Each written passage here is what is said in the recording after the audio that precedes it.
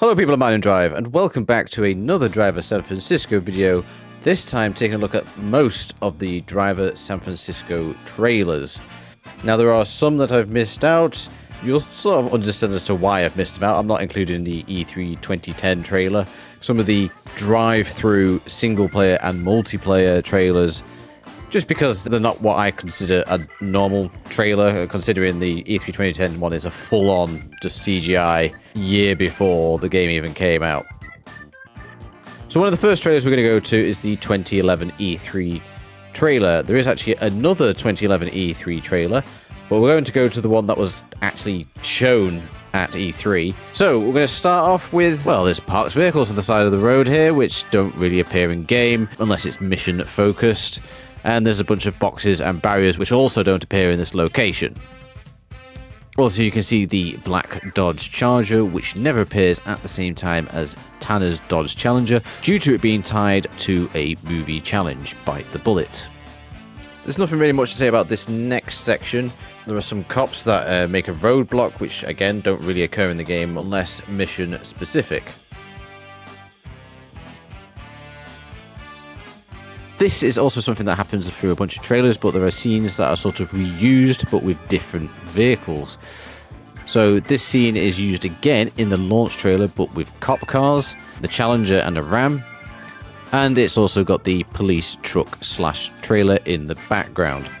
And of course, this race doesn't take place in the game at all, along with all the other parked vehicles surrounding this area.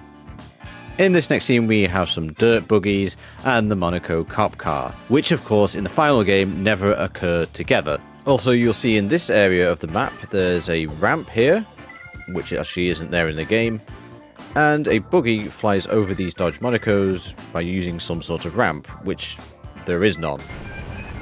As you can see here, I'm driving in this section, and there are no ramps. For the rest of the video, I'll be putting in the top left corner any footage that is sort of reused but with different vehicles and other trailers. But, as this bit shows in the alleyway, the police car flips somehow. There is nothing there to actually flip on, so it must be something scripted. And as they cross a road, you drive under a Dykeman truck, which actually has the old style truck pulling a trailer, which we don't get in the final game apart from if you're playing in the movie challenges. We head to the Golden Gate, where there is a supercar race, which isn't in the game. You'll also see another old Dykeman pulling a trailer. And as we're racing on here on the highway, you'll see that one of the supercars crashes into a civilian car, and it just destroys it instantly, making the civilian inside the car disappear. And the car flips over and is completely fully damaged.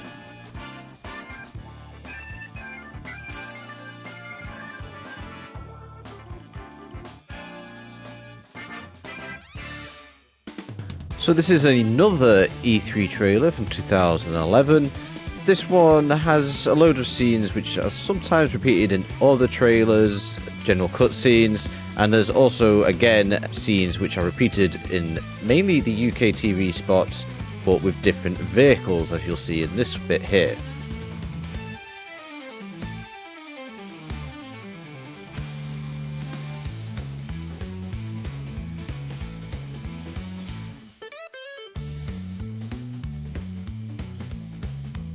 You'll also notice with all trailers that the lights at the front of vehicles seem to be either on or off. It seems to change all the time, and obviously in the final game they're pretty much all on.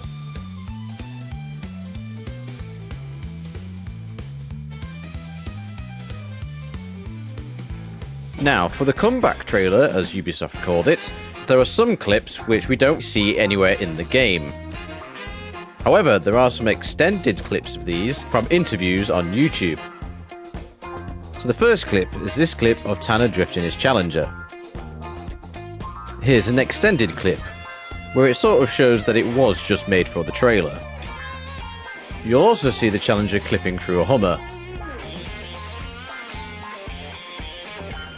There's also an extended version of this very brief clip.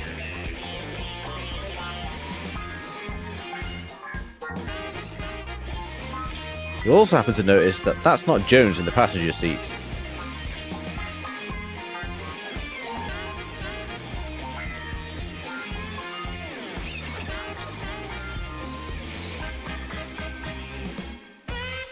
Moving a little bit further on, the alleyway scene featured in 2 previous trailers is featured again, but this time with a white Audi instead of a grey one.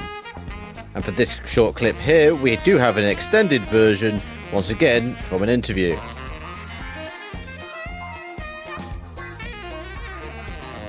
Links to these interviews below, where you might be able to see some other slightly extended shots. The only other thing to add about this trailer is the fact that at the end here, even though in the game it's just Tanner driving the Challenger for this cutscene, it shows Tanner and Jones in the car.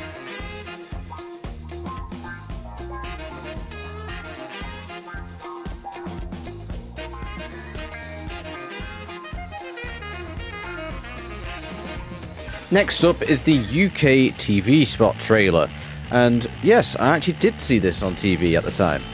Now, I've already gone through pretty much most of this trailer throughout the video, mainly because a lot of clips are repeated but with just different vehicles. Everything seems to be replaced with either Tanner's Dodge or Jericho's Dodge Ram, so there's really nothing else to add to this. But we'll move on to the final trailer, and probably one of my most favourite trailers out of the lot, which is obviously the launch trailer. Now, this clip of Tanner drifting his Challenger seems very similar to the previous ones we've seen in 2 trailers, and after having a closer look at the surrounding areas, I've decided that it is the same clip, but just a different camera shot. As you can see, the road markings on the floor and the building on the left there seem to have all the same placement and looks. We'll skip ahead in the trailer a bit now as we reach the section where Eye for an Eye plays, and the cops are chasing down Jericho. You'll see this bit was referred to earlier where it had races instead of the cops Jericho and Tanner. And we actually do have an extended scene of this, which was featured on Reflection's own YouTube channel.